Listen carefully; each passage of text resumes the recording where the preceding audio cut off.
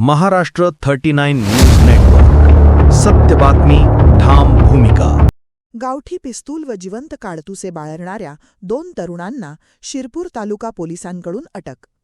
शिरपूर तालुका पोलिसांच्या गुन्हे शोध पथकाने गुप्त माहितीच्या आधारे कारवाई करत अवैधरित्या गावठी बनावटीची पिस्तुले व जिवंत काडतुसे बाळगणाऱ्या 2 आरोपींना अटक केली आहे. या कारवाईत 3 गावठी पिस्तुले, 6 जिवंत काडतुसे आणि 2 अतिरिक्त मॅगझिन असा एकूण 1,06,000 रुपयांचा मुद्देमाल जप्त करण्यात आला आहे.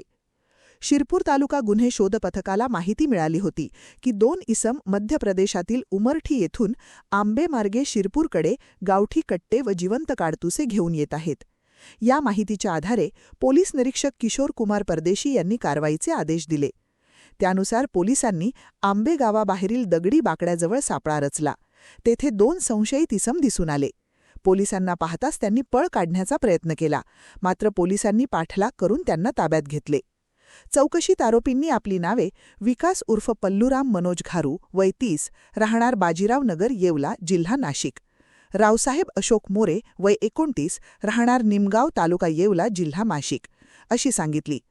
पंचांसमक्ष घेतलेल्या अंगझडतीमध्ये आरोपींकडून सुमारे 90,000 रुपये किमतीची 3 गावठी बनावटीची पिस्तुले, 12,000 रुपये किमतीची 6 जिवंत काडतुसे तसेच 4,000 रुपये किमतीची 2 अतिरिक्त मॅगझिन जप्त करण्यात आली.